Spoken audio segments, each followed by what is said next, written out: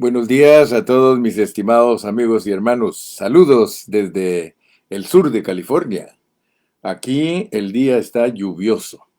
Las calles se forman pequeños ríos. En algunas otras áreas se forman grandes ríos. Así que oremos por California, porque sí necesitamos siempre el agua, pero cuando viene en exceso hace estragos, se caen cerros, casas se hunden. Bueno, hay muchas cosas que suceden y todo pues siempre nos dicen que es por el calentamiento global. O sea que el calentamiento global ha cambiado la forma en que la Tierra expresa sus cambios. De todas maneras, le damos gracias a Dios porque sabemos que Él cuida a sus hijos y Él sabe cuando ya se quiere llevar a alguien de aquí de esta tierra. Él mismo produce las circunstancias, porque nuestra vida depende totalmente de Dios, nuestra confianza está puesta totalmente en Dios. Nosotros no confiamos en el hombre, nosotros confiamos en Dios. Por eso debemos de ser siempre agradecidos que Él nos hizo gente de fe. Si usted es una persona de fe, usted tiene toda su confianza puesta en Dios. Saludos a los que ya se están conectando, hermana Ali Rivera, que el Señor le continúe bendiciendo. Saludos hasta allá a la Ciudad de México. Y también le enviamos saludos a su hermanita, a la hermana Betty Alencastro, aquí en Montclair, California.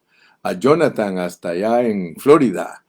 Bendiciones, hermano Jonathan y su esposa Juana Cardona. Que Dios los bendiga. Gracias porque ustedes siempre están a la expectativa de este su programa Pan de Vida para tomar el alimento. Bendiciones a Brian hasta allá al Salvador en Tepeque, allá en Santa Ana. Que Dios te bendiga, Brian. Gracias a Dios que siempre estás allí listo para recibir el pan espiritual. Así que en esta mañana vamos a seguir estudiando al rey Ezequías. Yo estoy muy impactado de la vida de Ezequías. Ezequías es un rey muy precioso que Dios usó para aplicar todas las reformas, para restaurar todo lo que estaba caído. Así que vamos a irnos a Segundo de Crónicas, capítulo 29. Ustedes saben que allí hemos estado ocupados en ese capítulo porque Dios quiere que nosotros entendamos lo que es obedecer a Dios y proteger su propósito divino. O sea, ser nosotros protectores de su propósito divino, a pesar que Dios no necesita de nosotros, pero Él quiere usarnos como sus colaboradores. Nosotros podemos participar de ser sus colaboradores, ser los que cuidan los intereses de Dios. Yo estoy maravillado de lo serio que es Dios, hermanos. Dios es muy serio en todas sus cosas que se ha propuesto. Estoy en el capítulo 29 de Segundo de Crónicas y ayer me quedé meditando acerca del versículo 6. Llegamos hasta el versículo número 8, pero vamos a remachar un poquito más para entender un poquito más.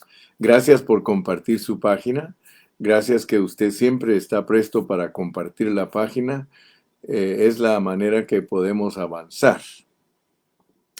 Les decía que en el versículo 6 dice, porque nuestros padres se han rebelado y han hecho lo malo ante los ojos de Jehová nuestro Dios, porque le dejaron y apartaron sus rostros del tabernáculo de Jehová y le volvieron las espaldas. Esa enseñanza es para nosotros una fotografía de la falla que tuvieron nuestros padres. O sea que en el Antiguo Testamento están nuestros padres.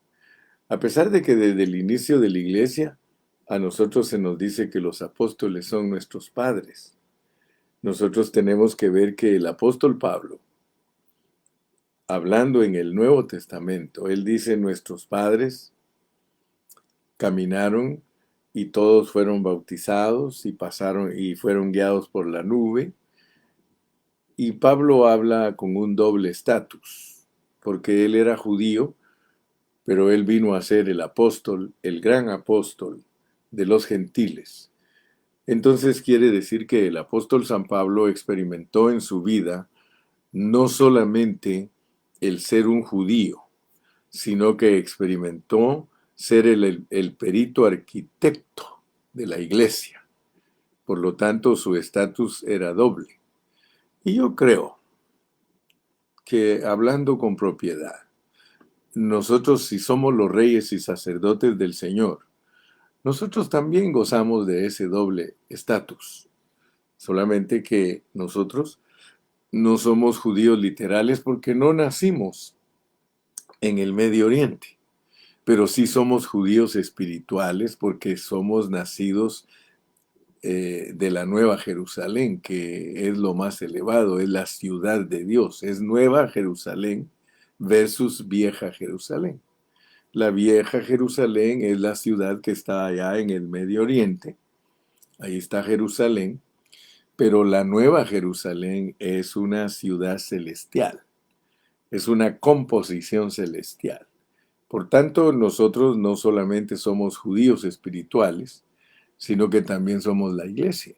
Tenemos el doble estatus. Entonces, aquí nos recuerda este pasaje de segundo de Crónicas 29:6, dice, porque nuestros padres se han rebelado. Fíjese que no seguir las normas de Dios para su tabernáculo es rebelarse contra Dios.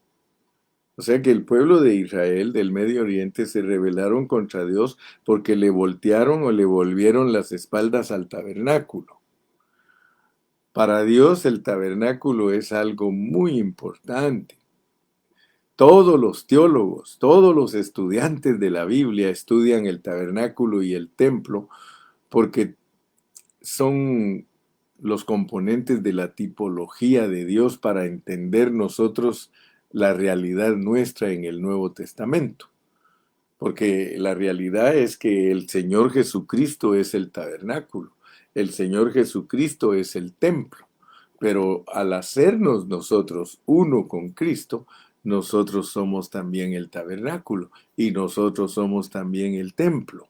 Entonces es muy importante entender ese principio. Para Dios, hermano, para Dios, querido hermano, para Él el tabernáculo es algo importantísimo porque el tabernáculo es su encarnación. O sea que cuando uno estudia en el Antiguo Testamento el tabernáculo, uno debe de darse cuenta que esa es una figura de la encarnación de Cristo. Por eso es que Juan 1:14 dice, y aquel verbo tabernaculizó entre los hombres.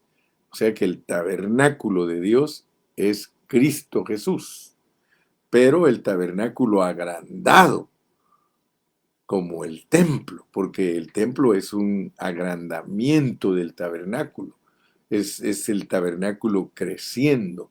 El tabernáculo creciendo se vuelve el templo y el templo creciendo se vuelve una ciudad, se vuelve la Nueva Jerusalén. Esa es una enseñanza muy básica para todos nosotros los creyentes. Entonces, pensemos por un momento, cuán importante era para Dios el tabernáculo que cuando su pueblo lo despreció, porque despreciar el tabernáculo es despreciar a Cristo, es no tener un entendimiento de lo que es Cristo. Por eso era tan serio el voltear la espalda al tabernáculo, porque habían mandamientos que se desarrollaban alrededor del tabernáculo. Había que cuidar ese tabernáculo, los utensilios, las ofrendas, el incienso, el pan, todo lo que en ese tabernáculo se presentaba era una peculiaridad de Dios, era el deseo de Dios, el deseo de su corazón, era lo que él anhelaba. Dios se mostró de esa manera con el pueblo para ver si el pueblo realmente lo amaba. Y él se dio cuenta que los que lo amaban se ocupaban en el oficio del templo, tanto que Dios muestra claramente el sacerdocio y muestra el sacerdocio y el servicio, ¿verdad? Porque tiene sacerdotes y tiene levitas. Entonces, para nosotros esto nos debe de llamar mucho la atención, nos debe de llamar la atención de que Dios esté tan interesado en su morada, tan interesado. Hermano, mire, le hago énfasis porque esto que Dios nos está revelando aquí tiene que ver mucho con nosotros y con nuestros hijos. Fíjese que a veces uno se olvida de sus hijos y Dios nos ha incluido a todos nosotros con nuestra esposa y nuestros hijos. Esto que Dios nos ha puesto a hacer tiene que ver mucho con nuestra familia, porque nosotros somos la familia de Dios. Entonces, fíjese el descuido de los levitas y los sacerdotes. Dice en el versículo 7, y aún cerraron las puertas del pórtico, apagaron las lámparas, no quemaron incienso, ni sacrificaron holocausto en el santuario al Dios de Israel. Era tan importante, hermano, y perdóneme que insista, pero era tan importante cumplir el servicio del santuario de Dios. Fíjese que el santuario que Dios les mandó a los israelitas que hicieran es una réplica, es una copia del santuario verdadero en los cielos. O sea que aquí no estamos haciendo cosas meramente humanas. Lástima, ¿verdad?, que muchos hermanos no han entendido la preexistencia y por eso se dedican a enseñar solo asuntos terrenales y aplican todo esto y los hermanos se acostumbran a ver todas estas enseñanzas como algo terrenal, como una religión judía. Hermano, esto aquí envuelve nuestra preexistencia. Envuelve todo lo que nosotros éramos antes de venir aquí a la tierra. Acuérdese que aquí solo venimos a levantarnos. Aquí Dios nos mandó y nos apropió de un cuerpo de carne y sangre para que nosotros vengamos a morir. O sea que nosotros venimos a morir aquí de el cuerpo de carne y sangre, pero es muy significativo entender. Porque no vaya a entender usted solo la muerte física, usted se vino a morir aquí, pero no lo vaya a entender solo como la muerte física, ¿verdad? Porque a pesar que la muerte física es muy importante porque la paga del pecado es muerte. O sea que desde que nosotros pecamos en la preexistencia, desde ese momento nosotros calificamos para morirnos. Para morirnos. Por eso fue que desde el principio la Biblia dice que Dios puso los árboles del bien y el mal y el de la vida.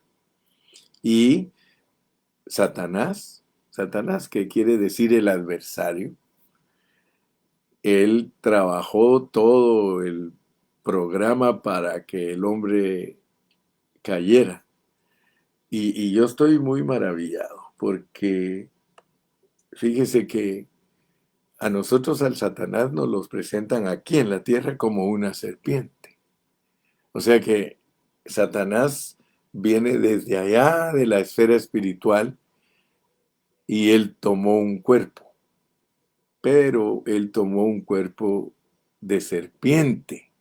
Fíjese, qué tremendo. Entonces imagínese usted que a nosotros no nos mandaron a tomar cuerpo de serpiente porque nosotros no nos pone Dios aquí como engañadores, sino como engañados. El engañador toma cuerpo de serpiente, pero los engañados toman cuerpos humanos. Fíjese, yo no sé si usted hace trabajar su mente en cosas que a veces uno las pasa todas así desapercibidas. Notemos pues entonces que a ese pueblo que Dios lo mandó a morirse aquí, a ese pueblo que Dios le dio, dice Hebreos 2:14, dice, por cuanto los hijos participaron de carne y de sangre, él también participó de lo mismo. El Señor Jesucristo no se encarnó en una serpiente, él se encarnó en un hombre.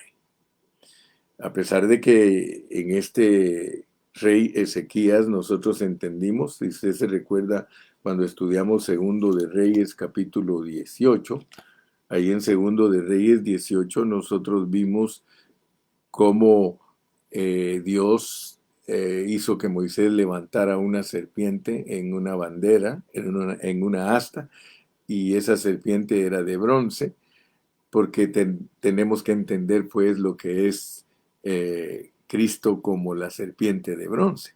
Y ya vieron que Ezequías mandó a destruir esa imagen de la serpiente de bronce, porque lo que sucedió fue que el pueblo empezó a quemarle incienso, o sea que la hizo un ídolo. Cristo no se puede hacer un ídolo, porque Él no vino para que nosotros formemos religiones, Él vino para que nosotros recuperemos lo perdido, o sea que Cristo es nuestro Redentor, nuestro Salvador, y nosotros venimos aquí a la tierra a morirnos.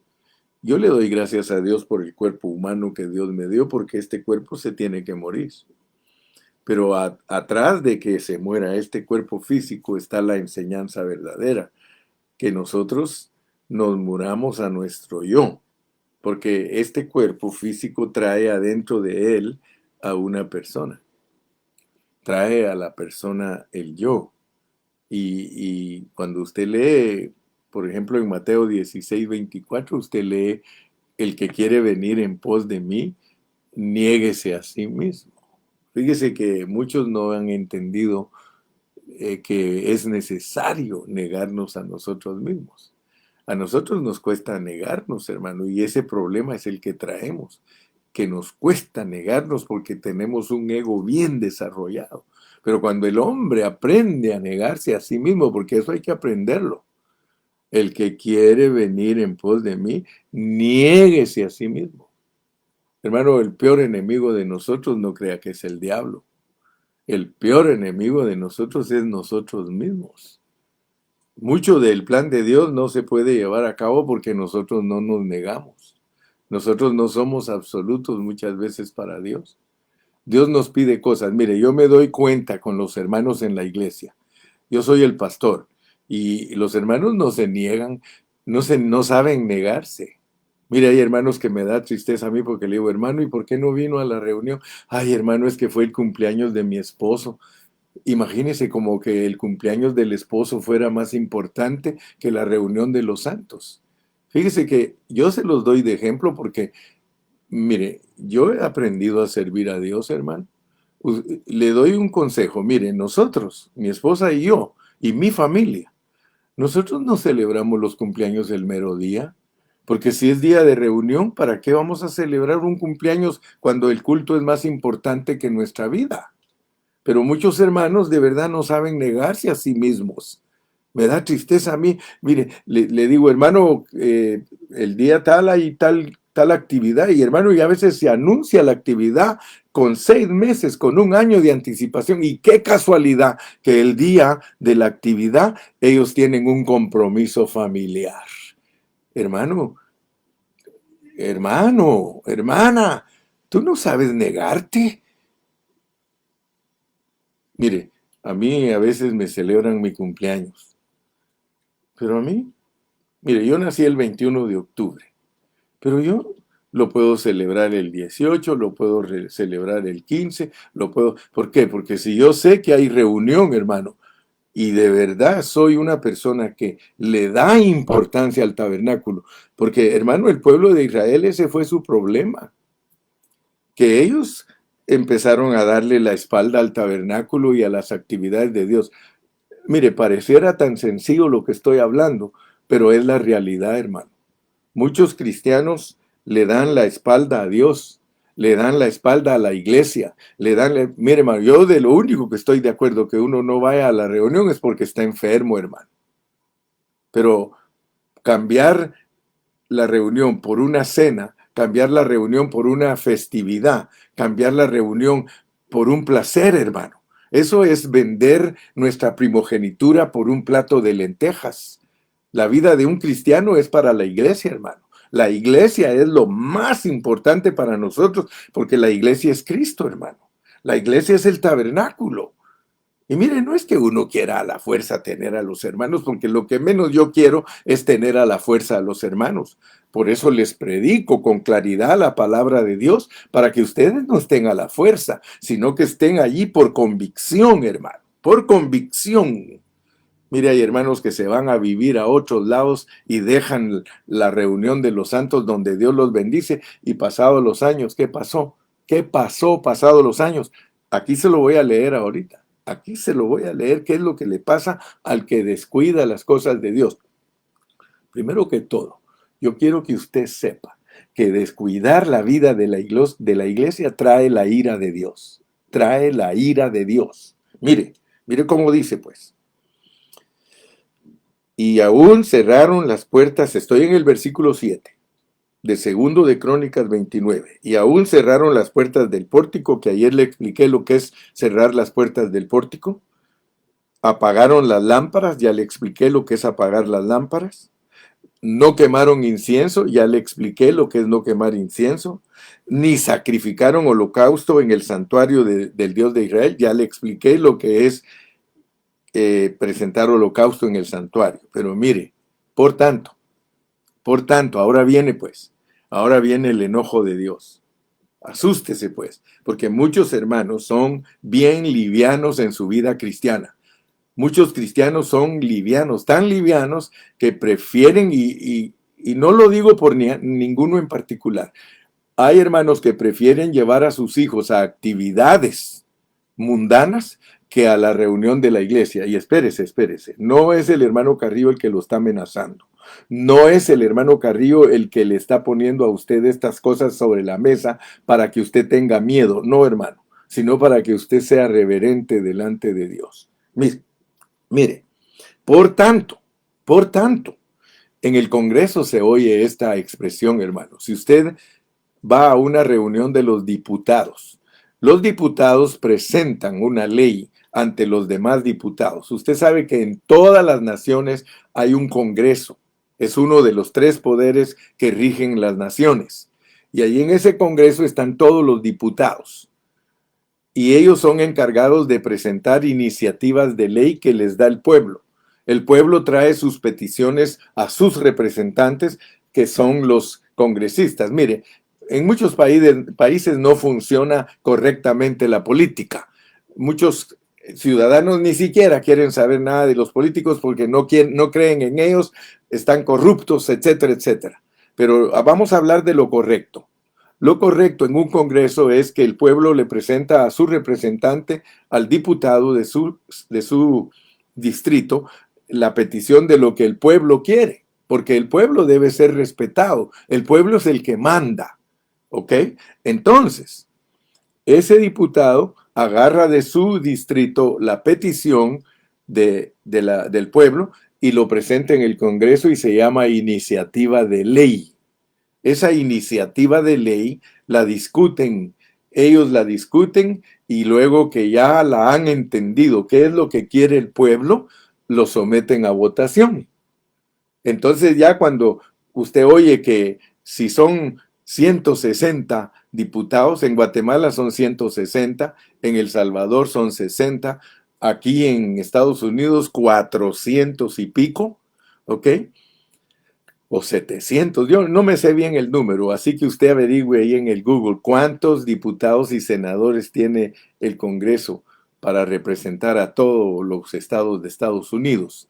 Ok, entonces ellos discuten y aprueban la ley, y cuando ya la aprueban y la ley dice por tanto, por eso yo quiero que usted sepa cómo habla Dios en su palabra. Después que nos dice desde el versículo 1, comenzó a reinar Ezequías siendo de 25 años y reinó 29 años en Jerusalén. El nombre de su madre fue Abías, hija de Zacarías. e hizo lo recto ante los ojos de Jehová conforme a todas las cosas que había hecho David su padre.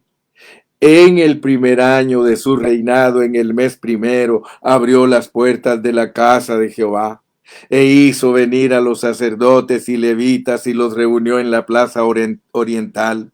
Y les dijo: oídme, levitas, santificaos ahora y santificad la casa de Jehová, el Dios de vuestros padres, y sacad del santuario la inmundicia, porque vuestros padres se han rebelado y han hecho lo malo ante los ojos de Jehová, nuestro Dios, porque le dejaron y apartaron sus rostros del tabernáculo de Jehová y le volvieron las espaldas. Y aún cerraron las puertas del pórtico y apagaron las lámparas, no quemaron incienso, ni sacrificaron holocausto en el santuario al Dios de Israel. Por tanto, la ira de Jehová ha venido sobre Judá y Jerusalén, y los ha entregado a turbación, a execración y a escarnio, como veis vosotros con vuestros ojos. Fíjese pues, Dios no da un por tanto sin ninguna razón. Hay una razón por la cual Dios da un por tanto. Ahora, hermano, le está hablando a gente que le ha dado la espalda al tabernáculo. Le está hablando a gente que no toma en serio las cosas de Dios. Para muchos no es serio poner el pan de la proposición. Para muchos no es serio quemar incienso. Hermano, ya vamos a entrar cuando Dios mató a unos que al quemar incienso lo entraron haciendo borrachos. Que eso es significativo para nosotros, hermano. ¿Cuántos de nosotros vamos borrachos a la reunión? ¿Cuántos de nosotros vamos crudos a la reunión? Y no le estoy hablando tal vez literalmente, a lo mejor sí, ¿verdad? A lo mejor algunos van crudos y borrachos literalmente a la reunión. Pero hablar de crudos y borrachos espiritualmente, hermano, es tomar las cosas de Dios sin sobriedad. Sed sobrios, hermano. Dios nos manda a ser sobrios en estos asuntos, hermano, no borrachos ni drogados. Dios quiere que nosotros tengamos nuestro corazón puesto en las cosas de Dios en una forma responsable y seria, hermano. La iglesia del Señor es seria. Mire, por eso a mí me da tristeza, porque muchos de nosotros muchas veces no hemos tomado en serio la iglesia, y por eso la iglesia es como es. No vemos progreso en ella, no vemos a veces crecimiento, no tanto en número, hermano, pero crecimiento espiritual. Que dejemos de ser sentidos, que dejemos de ser niños, de estar peleando uno con el otro y de estar criticándose el uno al otro, hermano. Eso es ser niños. Si el trabajo que nosotros estamos haciendo es algo que le pertenece al corazón de Dios, la iglesia no es cualquier cosa. Yo siempre les he dicho, miren, hermanos, las reuniones de la iglesia son más importantes que las reuniones que hace el Congreso, que hace la Casa Blanca. ¿Por qué? Porque ellos solo van a hablar de asuntos políticos y humanos, hermano. Pero nosotros vamos a hablar de nuestro destino celestial, de nuestro destino espiritual. Mire, estos mensajes que yo predico determinan a dónde va a pasar usted su eternidad. Mire, por tanto, la ira de Jehová ha venido sobre Judá y Jerusalén. No solo sobre ellos, sobre la iglesia, hermano, sobre nosotros. Y los ha entregado a turbación, hermano. Mire qué triste es ser entregados a turbación, hermano. Turbados. Qué triste es ser entregado a execración, a burla. Execración es burla, bullying. Dígame si no hacen bullying de la iglesia, hermano. ¿Por qué hacen bullying de la iglesia? ¿Por qué la gente habla mal de nosotros? Porque nosotros tenemos la culpa, hermano. Mire, cuando usted lee en el libro de los Hechos, dice que esa gente vivió tan consagradamente a Dios, hermano, que tenía temor la gente de hablar de ellos. Tenía temor, ¿por qué? Porque en ellos se movía el poder de Dios, en ellos se movía un santo respeto hacia Dios. Ellos, hermano, mire, cuando Israel hacía las cosas conforme al corazón de Dios, toda la gente le tenía miedo al pueblo de Israel, hermano.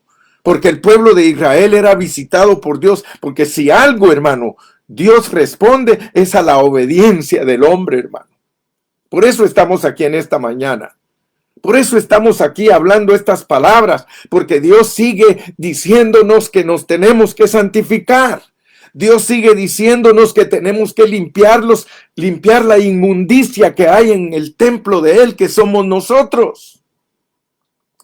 Fíjese, dice, por tanto la ira de Jehová ha venido sobre Judá y Jerusalén y los ha entregado a turbación, hermano, a un desequilibrio espiritual. ¿Sabes tú que Dios lo entrega a uno a un desequilibrio espiritual? ¿Conoces tú hermanos que están desequilibrados? Claro, hay un montón de hermanos desequilibrados. Le dan más importancia a las cosas terrenales que a las cosas espirituales. Ah, pero espérate, no es amenaza. No es amenaza, mi hermano. Es una advertencia de Dios para nosotros, mira. Dice el versículo 9, y he aquí nuestros padres han caído a espada. Fíjese pues. ¿Qué significa que nuestros padres han caído a espada? Que la palabra de Dios nos va a decir la verdad.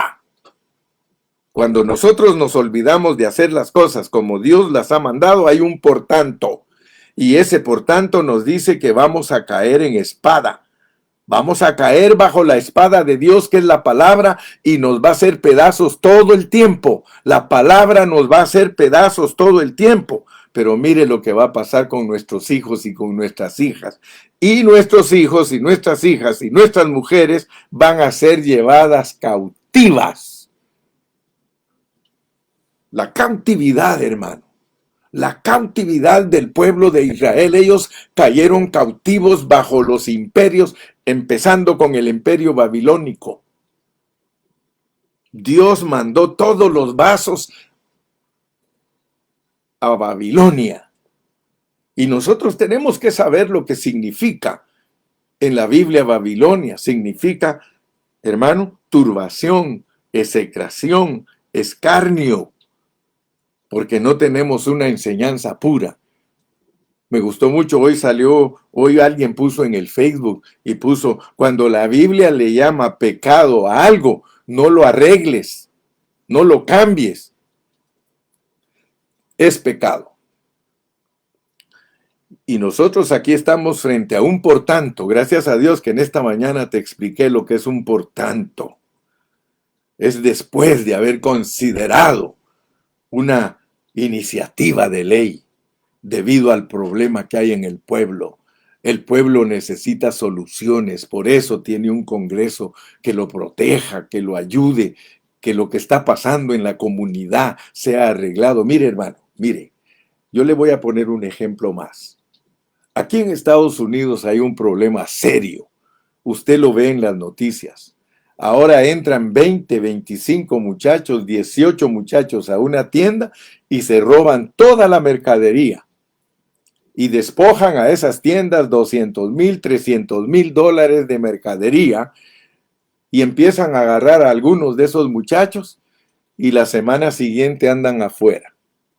Porque las leyes son bien flojas, las leyes son conforme al corazón de los que dirigen, conforme a los que gobiernan. Ellos ponen que mientras un muchacho de esos se robe solo $1,000, que no hay problema. Solo si se roba más de $1,000, pues le vamos a poner su castiguito. Las leyes son bien flojas, las leyes son tolerantes, no hay vara de hierro, hermano. Porque si uno de esos muchachos lo agarra la ley y ponen una ley que por robar son 10 años en la cárcel, dígame si van a haber ladrones. No van a haber ladrones, hermano. Entonces Dios aquí nos dice que el mal comportamiento espiritual nuestro de menospreciar lo que es la iglesia, hermano, nos va a llevar a perder a nuestros hijos y nuestras hijas y nuestras esposas. Por eso le decía que a mí me da tristeza cuando los hermanos no saben lo que es la reunión de los santos, no saben lo que es la vida de la iglesia, la cambian la vida de la iglesia y la reunión de los santos por puros placeres que no saben negarse, no saben negarse. Esta es una vida de negación. Esta es una, mire, hermano, yo le digo a mi esposa, mi hija, de la única manera que yo no voy a la reunión es que me esté muriendo. Y si no estoy en la reunión es porque ando predicando en otras partes. Si usted no me mira aquí en Ontario, yo ando predicando en otras partes. Entonces, hermano amado, no le eche la culpa a nadie. Usted pierde sus hijos, usted pierde sus hijas por su liviandad espiritual. Usted pierde su esposa, ¿sí? Son llevados cautivos. Mientras que, hermano, Dios nos quiere capturar. Pero muchos de nosotros preferimos ser cautivos del diablo, preferimos ser cautivos de los hombres que ser esclavos de Cristo.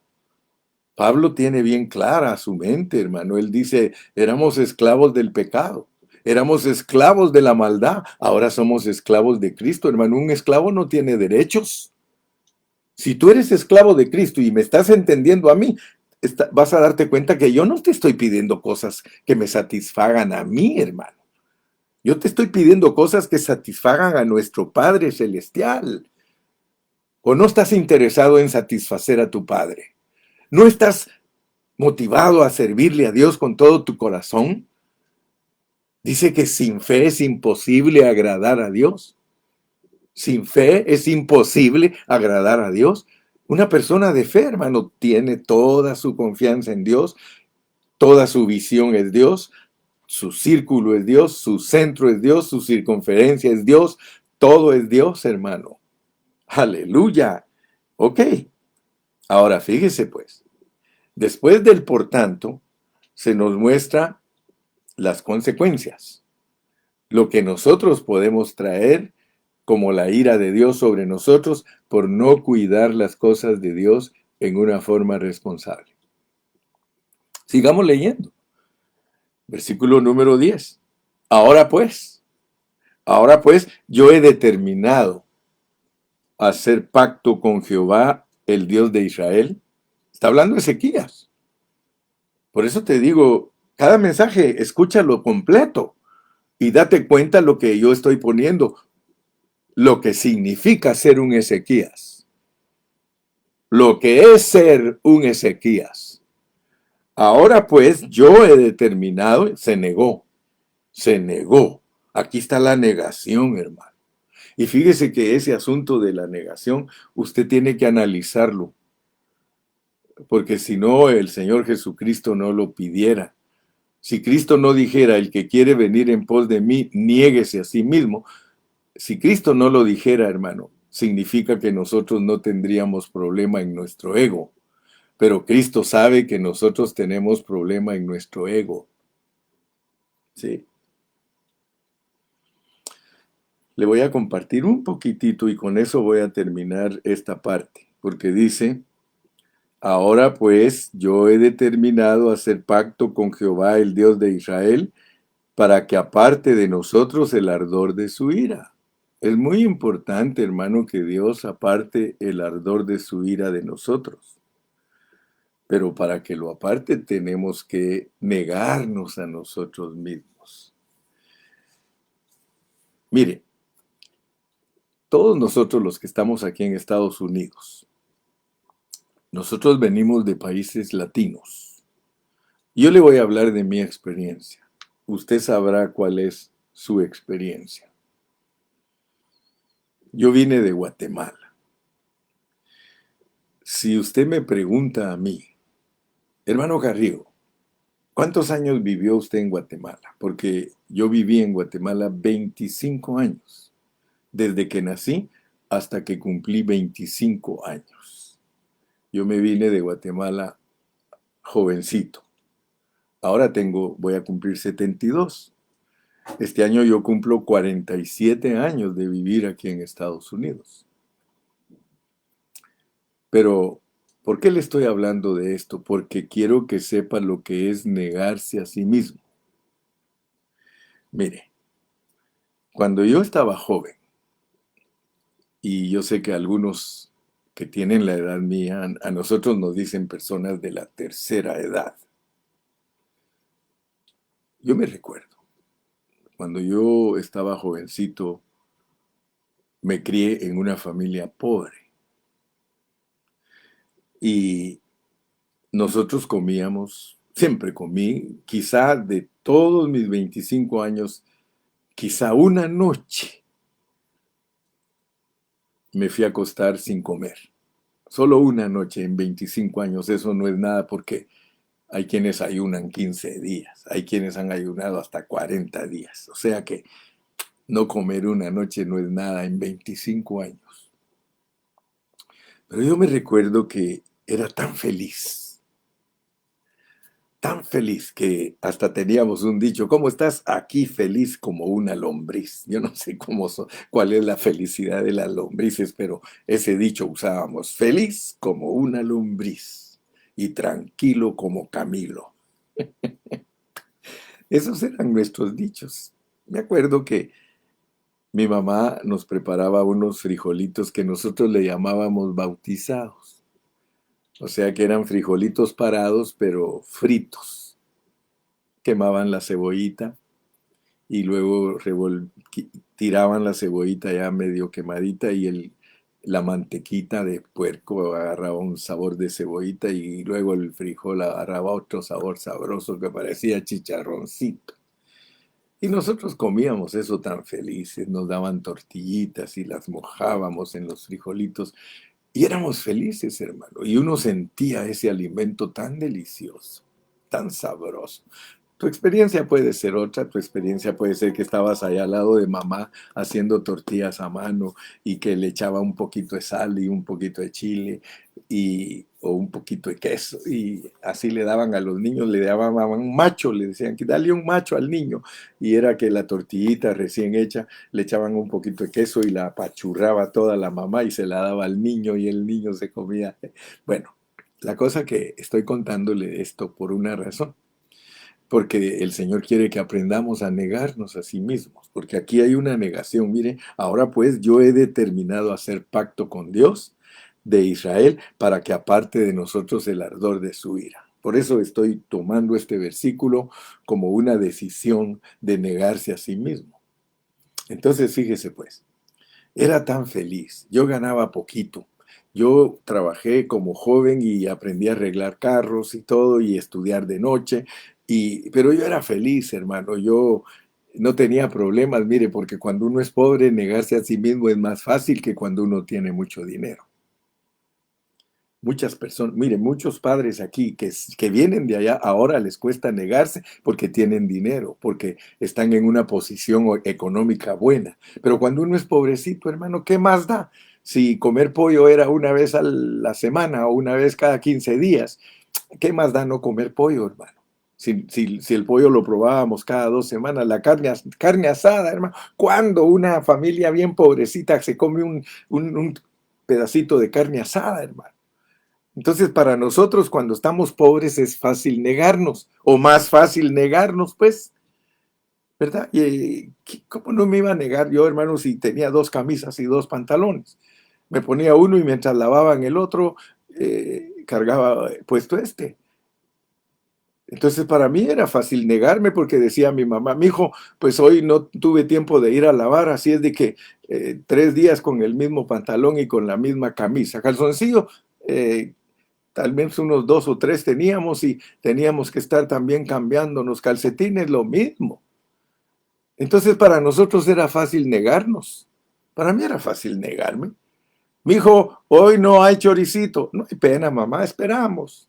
Y cuando ese choricito llegaba después de 3 semanas para comer un choricito que apenas los hacían, hermano, así pequeñitos, y comerlos con tortillita, hermano. Entonces para uno es fácil negarse cuando uno es pobre. Quiero decirle que muchos hermanos aquí en Estados Unidos, aun cuando vienen de ese trasfondo, pero ahora ganan mucho dinero. Ahora tienen dinero, hermano. Ahora pueden comprarle a sus hijos cosas. Mire, ahora tienen el problema que no se pueden negar. ¿Pero por qué no se pueden negar? Porque les creció el ingreso, les creció. Y sus hijos que no experimentaron lo que ellos experimentaron. Mire, mis hijos no experimentaron lo que yo experimenté.